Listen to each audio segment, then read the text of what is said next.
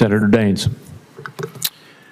Congressman Long, good to see you here today. I have great memories of the time that we served together in the U.S. House. Very proud to see you here today as our next Commissioner of the IRS. Congratulations on your nomination. Thank you. And your continued commitment to public service. Well, it goes without saying the role of the IRS Commissioner is very important. While nobody wants to pay taxes, when they do, they want to have the experience as seamless a process as possible. At the very least, they expect to avoid political games.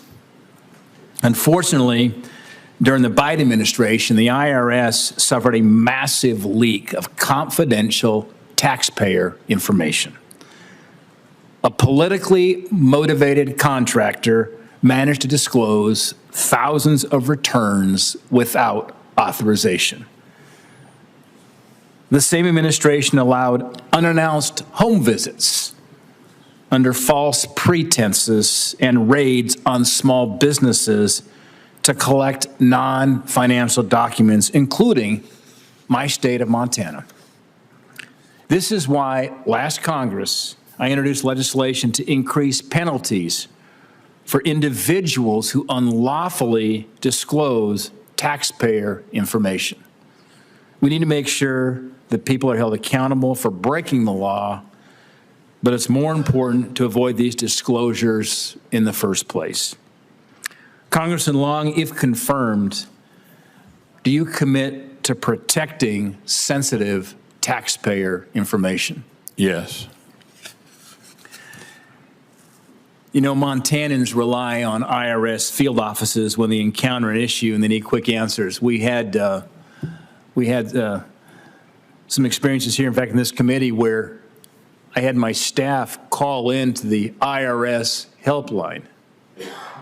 And, you know, at least you'd expect maybe some bad 70s music for the hold music. It wasn't even bad 70s music. It was worse. And they were on hold for nearly an hour, listening to some really bad elevator music, only then to be disconnected.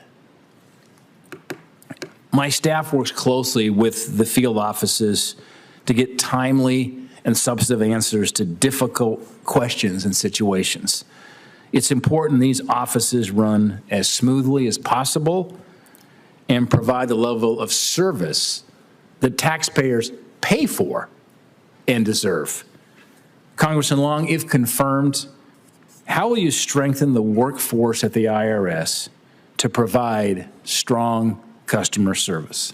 I earlier had mentioned that, and I don't know anybody else that would do this or even think of it, but I have pledged to arrive 90 minutes before the office opens here and in Montana. You may not see me much in D.C. if I am confirmed, because I'm going to be traveling all around the country to these different offices and building a culture that people want, instead of looking at their watch and saying, I've got 3 years, 4 days, and 12 minutes before I retire. I got to get out of this place. I hate it. I want them to be anxious to come into work in the morning. I want to build the culture and help my employee partners to where they're like, nobody ever asked our opinion on anything ever.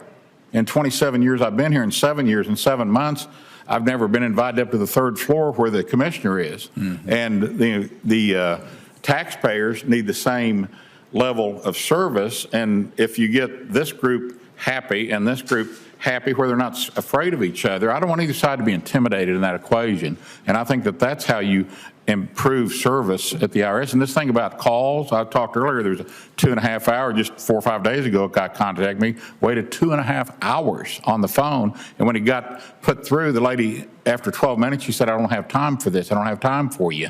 He gave me her name and her badge and I haven't done anything with it, but you know, I'm not over there. But it's stinking thinking. I mean, everyone I've run into in D.C.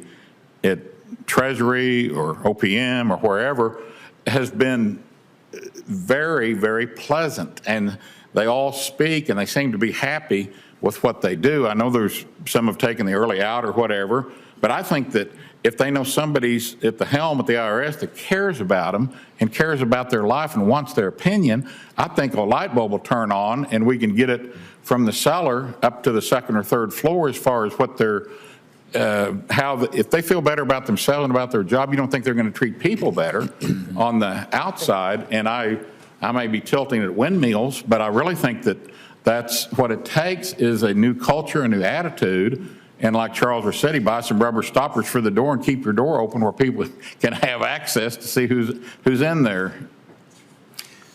Congressman, thank you. It'll be a refreshing change. My grandmother had to pick up a job because my grandpa didn't make much of a living, and later on in life she went to work for the IRS and was a dedicated federal employee for many, many years. And she woke up every day. She got in there early, went home late.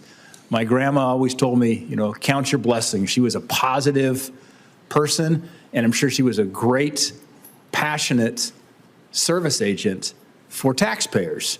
And so my point is that I think you were going to, I'll be honest something here. There's a lot of dedicated federal employees that want to do the right thing, and they show up every day.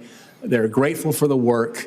They just need a leader here that respects them and empowers them. As you said, takes it out of the basement here and brings them up and treats them as peers versus second-class citizens. And that kind of leadership is needed, and I'm confident you'll deliver that. My dad never had a bad day. I mean, he was the most, I was telling Senator Wyden the other day that he got drafted for the BAA, the Basketball Association of America, to play as Senator Wyden. That was his lifelong dream to play professionally. He had some health things that didn't allow him to do that. But Dad was always positive, always upbeat, never had a bad day, just like your grandmother. And people, if you treat them, I like people. I like the left side. I like the right side. If people will give me a chance to show what I can do, I think we can do some very successful things at the IRS. Senator Warnock. Chance. All right.